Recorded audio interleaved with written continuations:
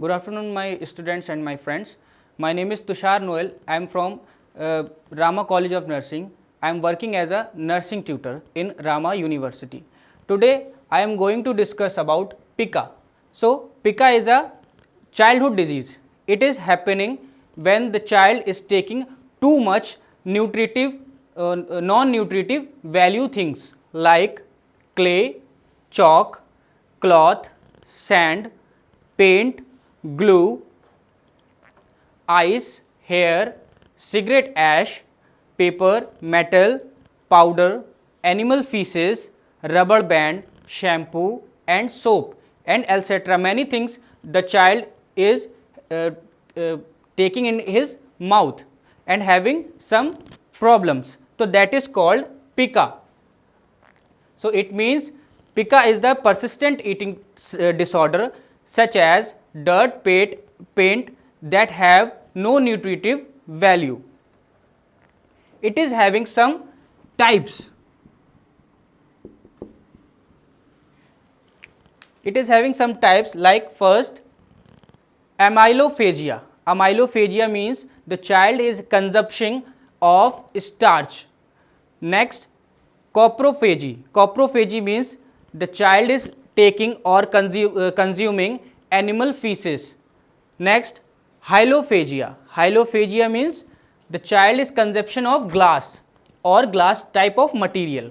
Then phagophagia. Phagophagia means it is a pathological consumption of ice, means the child is taking ice in his mouth. And trichophagia. Trichophagia means the child is started to eat hair or wool. Then urophagia. It means the child is consumption of urine. Then incidence.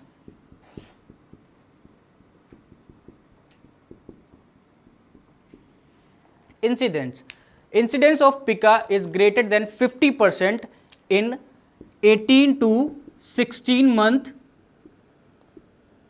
child.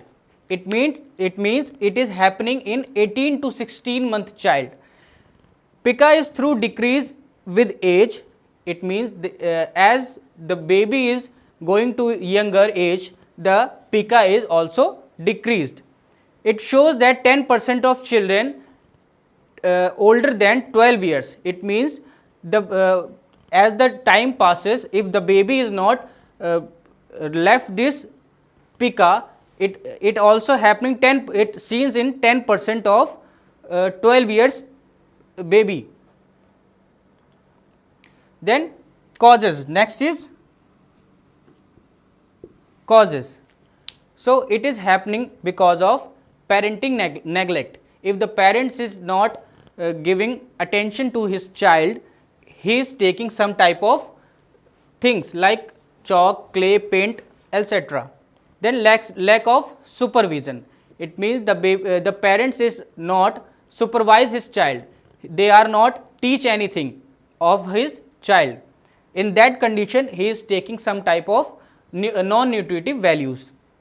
Then food deprivation. Food deprivation, if the child is having more amount of poverty, it means he is having in poverty. It belongs to a poverty family. Then next, developmental problems like autism. Autism means the baby is a mentally ill patient. Then brain abnormality. If the baby is having any brain abnormality, it can also cause pica. And mental health conditions. Some type of mental health condition, it also can cause pica like OCD, obsessive compulsive disorder, or schizophrenia. Next,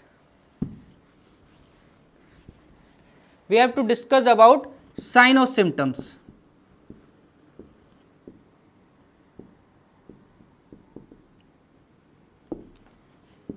What we see in if the baby is having pica.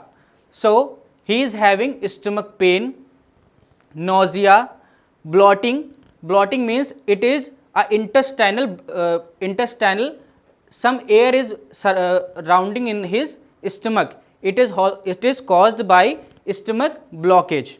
Next, poor nutritive and fatigue. It also a sign of pica. Next, eating non-nutritive substance. The baby is taking non-nutritive substance more than 1 month, and consumption amount of soil. It means he is taking some amount of soil, or as we have tell you that in previously, like types, if he is having any consumption of soil ice like that. Next, diagnostic evaluation.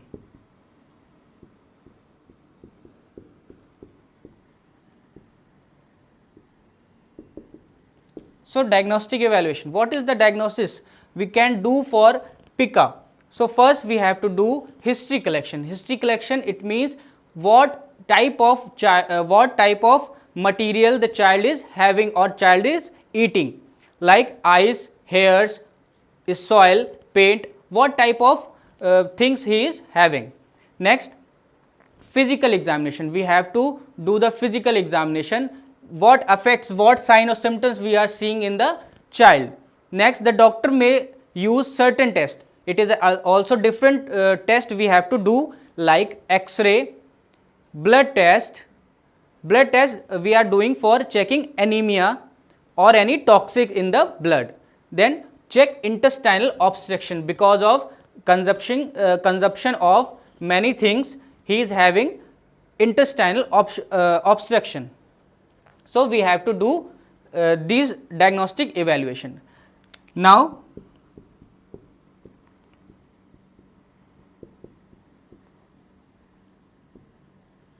so what we do for this prevention, how we prevent the pica? So first we have to do prevent pica is not possible since its behavior that is developed, like that what type of behavior he has, we can't solve it and we can't recover all things. It means if the baby is having behavior like that, he is having behavior like that, so we can't provide his care.